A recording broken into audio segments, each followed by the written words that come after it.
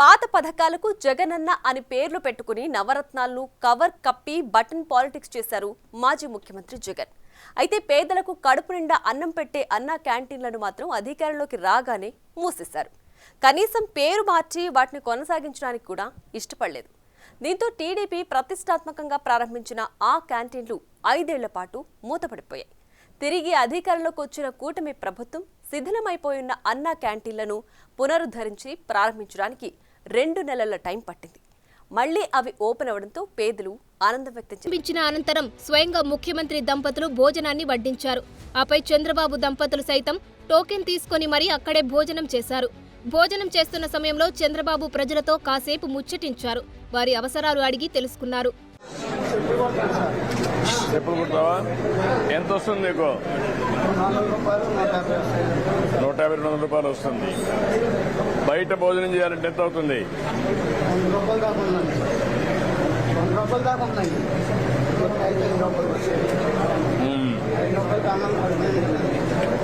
అదే సార్, నేను హ్యాండిక్యాప్నండి. నా భార్య నాకు ఒక పాప అండి. షాప్ పెట్టుకుంటావా? అది రాసుకొని షాప్ పెట్టుకోవడానికి ఏం కావాలా? మీరేం చేస్తారా? కూలి పని అంటే ఏ పని చేస్తాం? ఓల్డ్ ఐరస్ పని చేస్తాం. అన్ని పనులు చేస్తాం.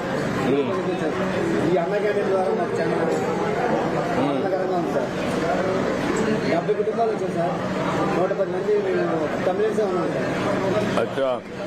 పూట తినడానికి కూడా ఉండేది కాదు సార్. మాకు చాలా ఇబ్బందులు పడ్డాం. ఆ టైంలో అన్నా క్యాంటీన్ ఉంటే చాలా బాగుంది అనిపించింది.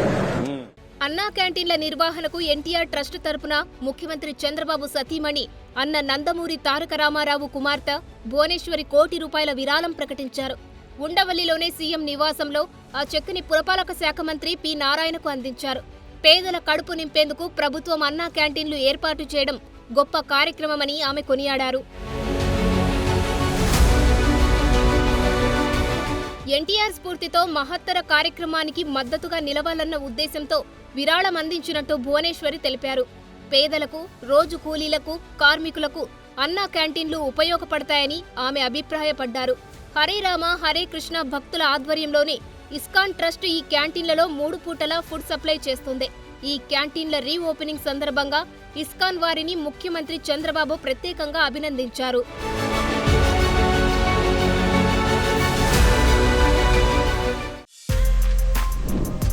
For more videos like this, subscribe Big TV channel.